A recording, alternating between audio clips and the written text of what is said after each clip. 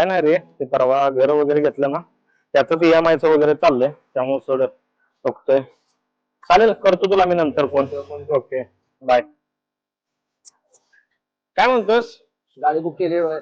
काय सांगतोस? हो. अरे पण एवढ्या महागाईच्या दिवसात कसं काय, म्हणजे पगार वाढलेला नाही आपला, काय नाही? नाही असा काही विषय नाही.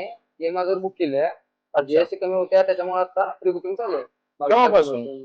22 तारखेपासून. अच्छा, हो. मला पण घ्यायची होती रे दसऱ्याच्या मुहूर्तावरती गाडी. बघ मग प्लॅन करत असशील तर चल की बघूया. आता लगेच जाऊया. बुकिंग करूया चल. लगेच. चल.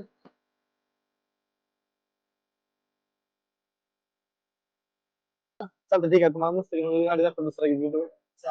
या गाडी बघून घेतो तुम्ही. मस्त नमस्कार. नमस्कार. Welcome sir. बसा. काय म्हणताय आज इकडे येणार?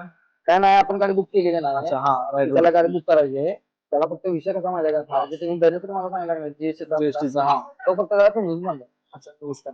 आता जे आपण जी गाडी तुम्ही बघायला जायची आता गव्हर्नमेंटचा रूल्स नुसार आपल्याला 28% वरून 18% जीएसटी आलेला आहे. त्याच्यामुळे आपल्याला बेनिफिट प्राइस मध्ये मिळाले आहेत.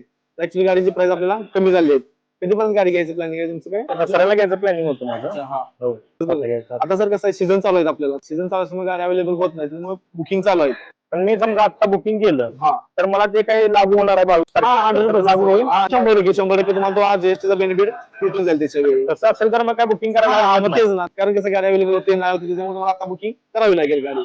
चालेल, पूर्ण बेनिफिट आहे 100% तुम्हाला भेटून जाईल त्याच्यामध्ये. गाडी बघूया सर. चालतंय, गाडी बघू.